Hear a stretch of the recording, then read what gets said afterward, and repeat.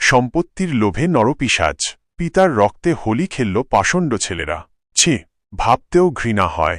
এমন ঘটনাও ঘটতে পারে যেখানে জন্মদাতা পিতার পায়ের কাছে বসে থাকার কথা, সেখানে কিনা সম্পত্তির মোহে অন্ধ হয়ে সেই বাবাকেই নির্মমভাবে মারধর করল তারই ঔরসজাত সন্তান। শুধু তাই নয়, আঘাতের তীব্রতা এতটাই ভয়াবহ ছিল যে পিতার শরীর থেকে রক্ত ঝরে সারা গায়ে ছড়িয়ে পড়েছে। এই হৃদয় বিদারক দৃশ্য কোনো সিনেমার গল্প নয়, কোনো নাটকের চিত্রনাট্য নয়। এ এক বাস্তব ঘটনা যা আমাদের সমাজের কদর্য রূপটিকে উন্মোচিত করে।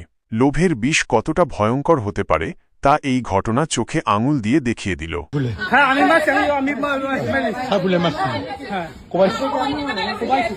সন্তানেরা ভুলে গিয়েছিল তাদের পিতার স্নেহ, ভুলে গিয়েছিল সেই মানুষটির অবদান যিনি তিল তিল করে গড়ে তুলেছিলেন তাদের ভবিষ্যৎ।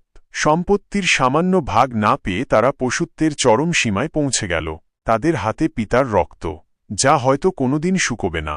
এই ঘটনা শুধু একটি পরিবারের ট্র্যাজেডি নয়, এটি সমগ্র সমাজের জন্য একটি অশনি সংকেত।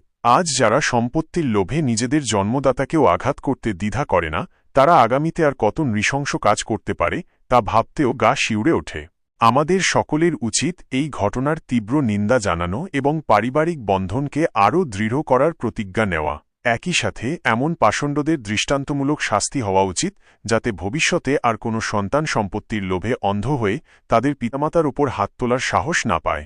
আসুন আমরা সকলে মিলে এমন একটি সমাজ গড়ে তুলি যেখানে সন্তানেরা তাদের পিতামাতাকে সম্মান করবে, ভালোবাসবে এবং তাদের শেষ আশ্রয়স্থল হবে। এই নৃশংস ঘটনার যেন আর পুনরাবৃত্তি না ঘটে, সেই দিকে আমাদের সজাগ দৃষ্টি রাখতে হবে।